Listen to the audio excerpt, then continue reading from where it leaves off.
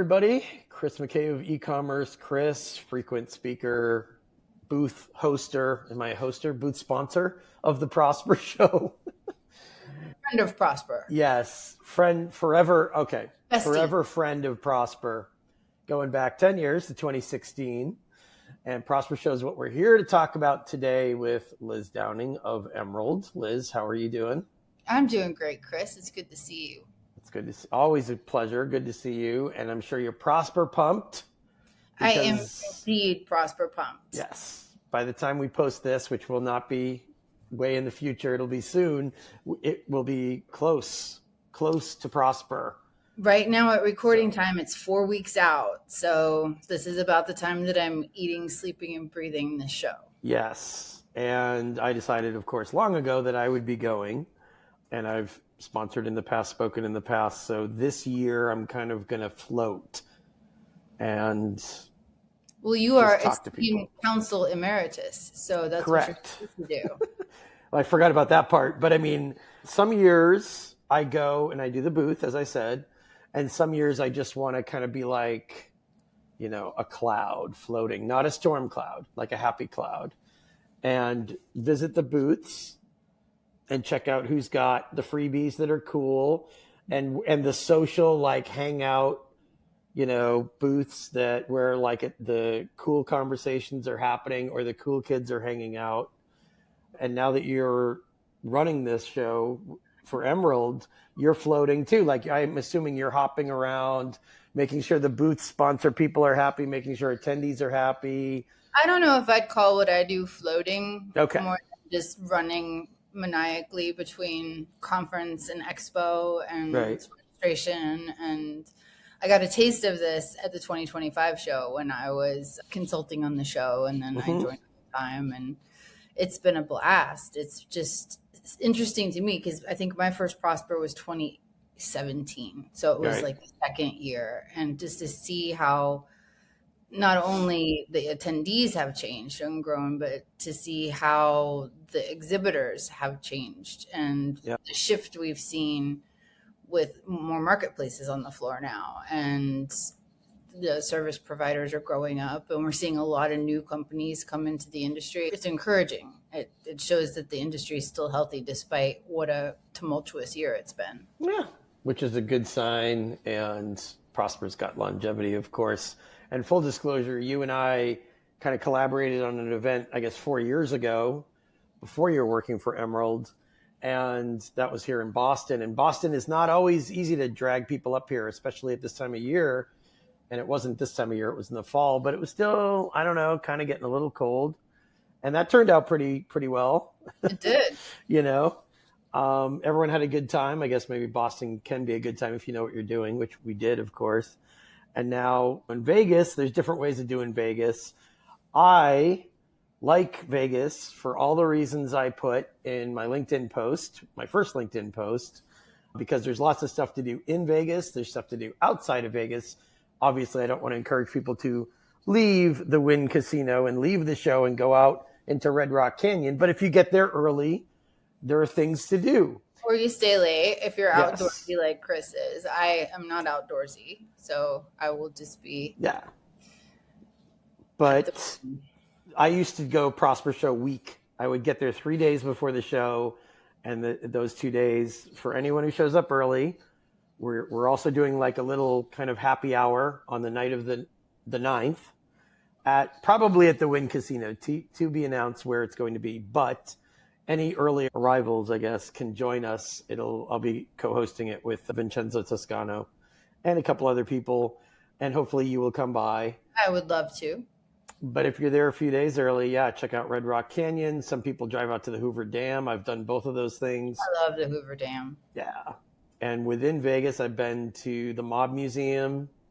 I've been up the Stratosphere, you know, the Stratosphere turns in a circle. I didn't know I was afraid of heights until I went to the Strat.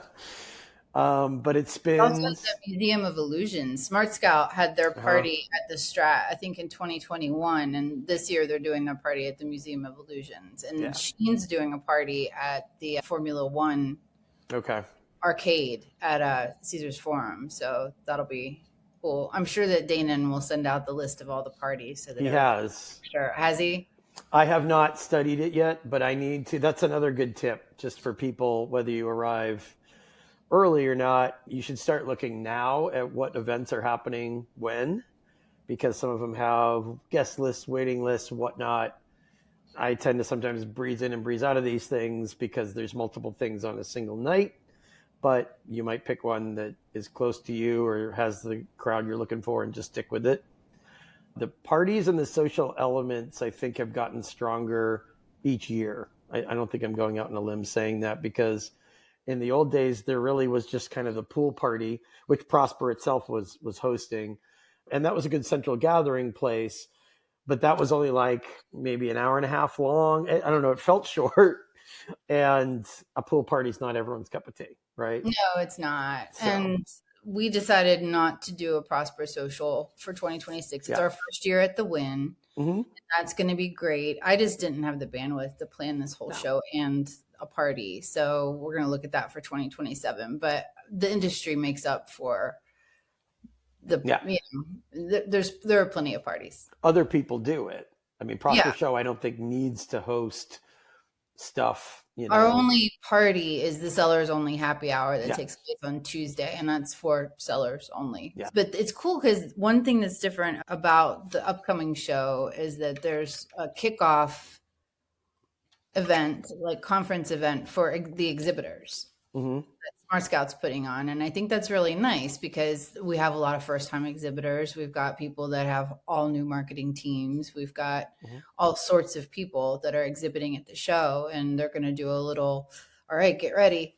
This is how you do it. And that's great because event strategy is tough. And it's nice to have a little helping hand when you're going to go stand at a booth for 3 days.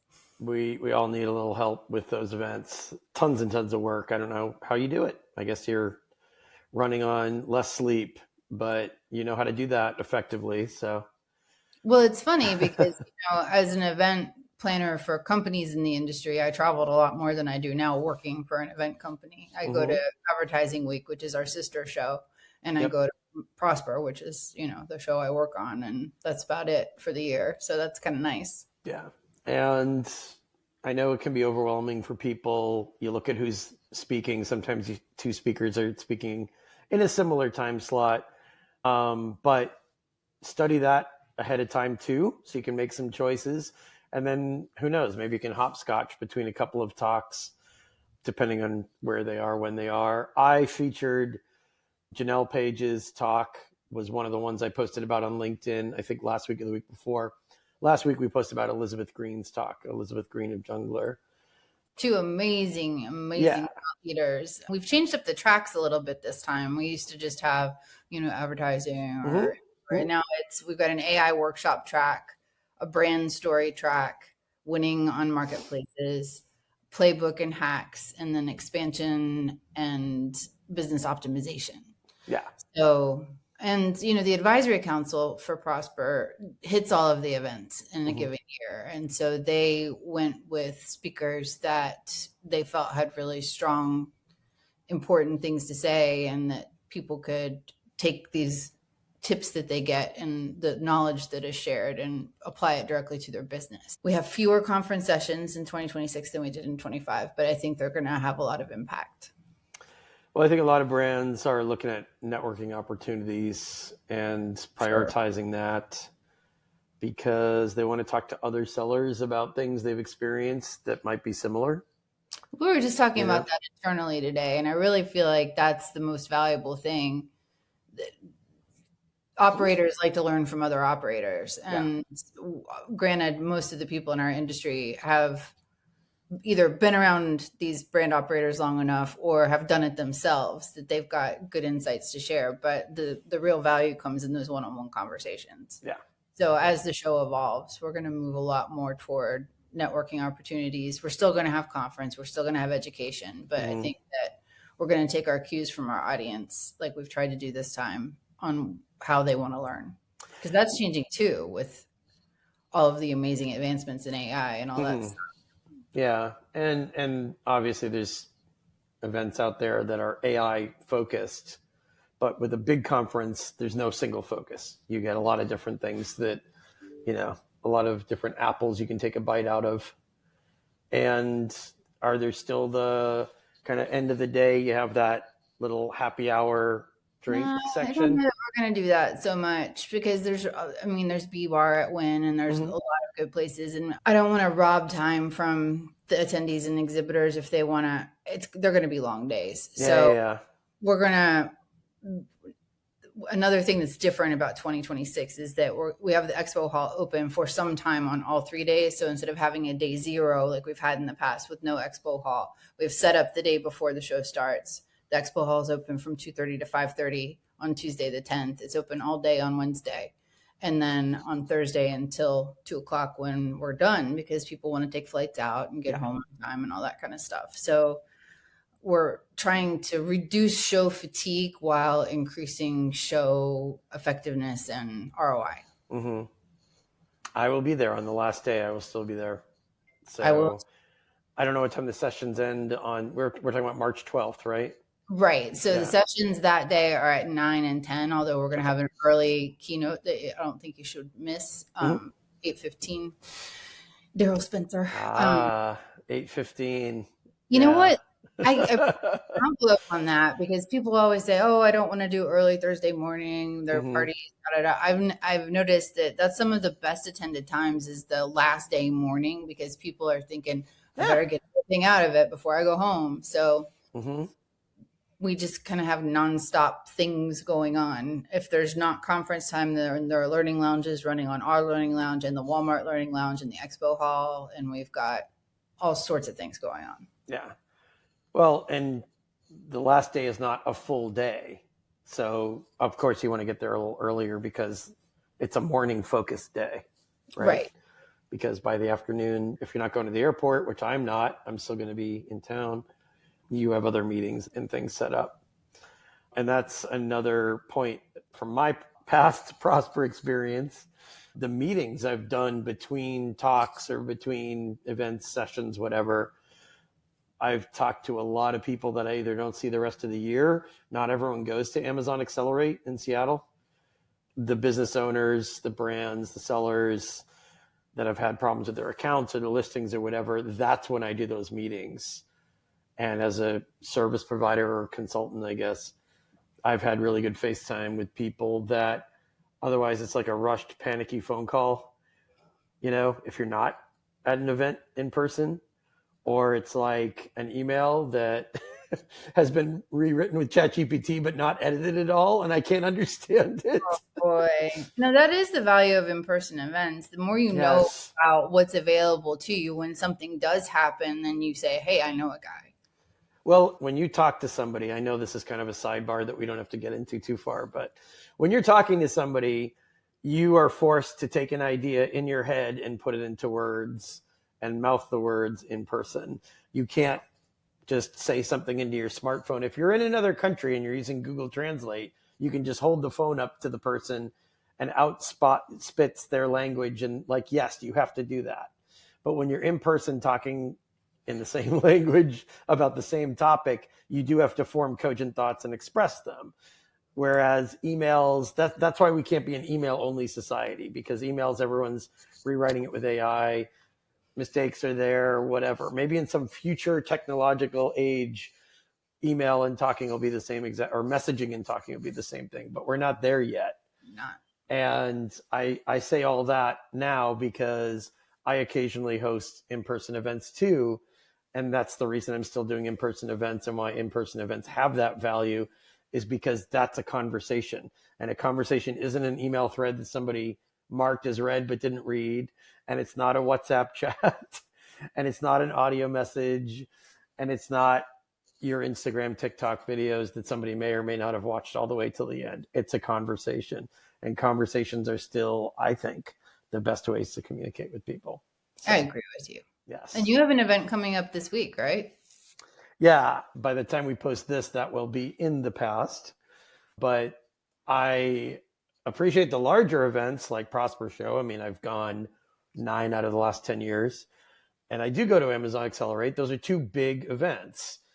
it's just different. As somebody who has hosted smaller events, which I've done 6 or 7 over the last several years, like our one in New York, 20, 30, 40 people is just different. It's a different feel, and it's not comparable to a big event. They shouldn't be compared, No, totally different vibe. Yeah. And I, for some reason, I hear people comparing way, way different events to each other. So if you're going to an event next week, which is all about AI, and then you're going to the Prosper show, like, why would you compare those? You wouldn't. Or like a 30-person event, you gain some intimacy and you lose some things, right? Obviously, if there's more people, there's more conversations to be had on more topics. Something I'm hosting in New York, which goes for 2.5 hours, that's not the same as something that goes for 2.5 days. They're not comparable, and you know that because you've been to as many Prospers as I have, I think. Is that fair to say? First one, and I missed, I think, 2022. Okay, so you weren't there in 2016, but that was the first. Yeah. Right. Yeah. Other than that, I've either exhibited, I spoke, I've been on the council for a really long time. Mm-hmm. And you were really good, since you brought up that I was on the former council, you were really good at your first hour of the conference intro, where you'd bring us on stage and you were kind of getting the crowd warmed up. So I won't speak for Emerald. I'm sure that's one way you kind of got their attention for what you're doing with them now, right?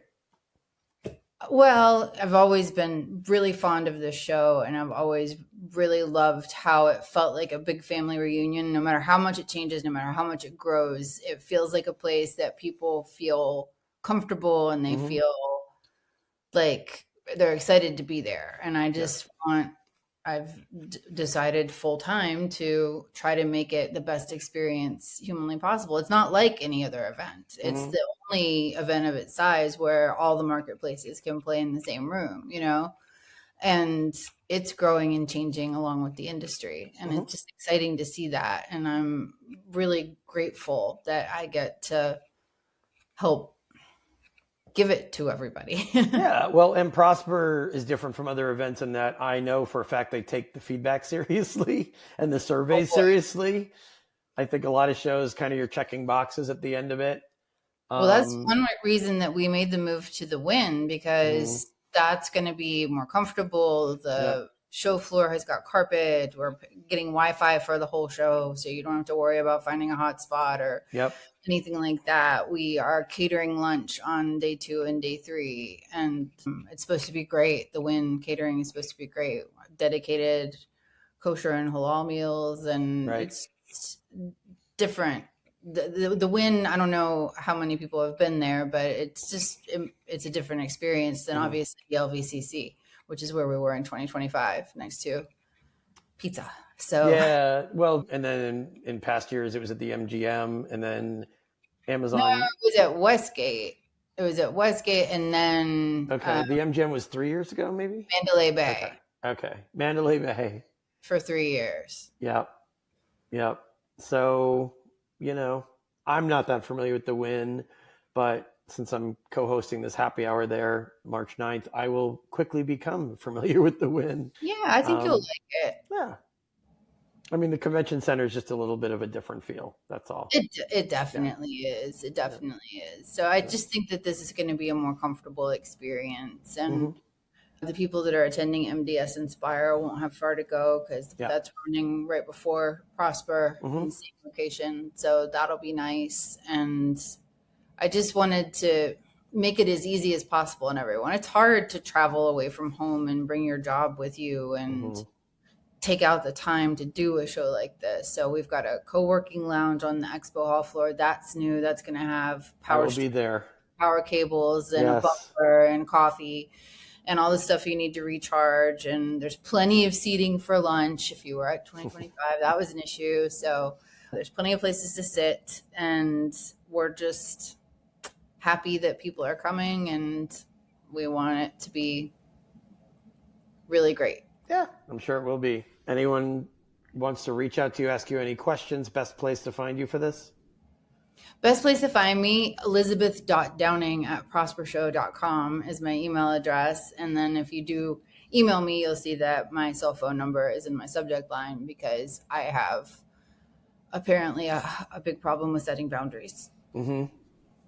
Yep. Which works out for everybody else. You've got your phone number there, so everyone can start calling you at all hours of the night, just like I do. So, yeah. Well, only a couple people get ringing. Yes, the red phone that you've got for this conference. Well, yeah, it's going to be crazy between now and then, but I'm sure it'll be a good show. It always has been in the past.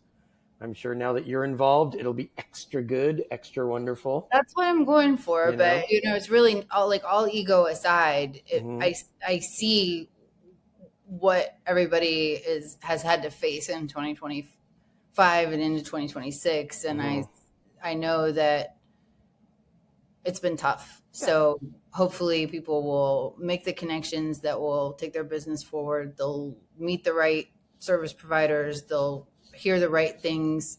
Chad Rubin said something to me once. He said, one aha moment pays for the whole trip. So I want the whole thing to be full of aha moments for everybody who's involved. Yeah. And when you say aha, you don't mean account health assurance. No. The team at Amazon that gives you an extension before they suspend your account that I'm so familiar with. I guess you could say Eureka moment. Yes, I understand. Just a little Amazon suspension related humor there, which there's nothing funny about a suspension. Dark comedy to round out the podcast. Anyway, Liz Downing of Emerald/Prosper Show, thank you so much for joining me. I'm looking forward to seeing you soon. Yes. And I'm hoping we're going to have good quality, warm Las Vegas weather to swap out all of the snow outside of my window right now. Me too. Snow and ice. So that's another reason to look forward to it is the warmth and the sun and the glow and the sphere. Yeah. All right. See you soon. Thanks, everyone. You know where to find Liz if you have any questions. And Liz, always a pleasure talking to you. You too. Thanks, Chris.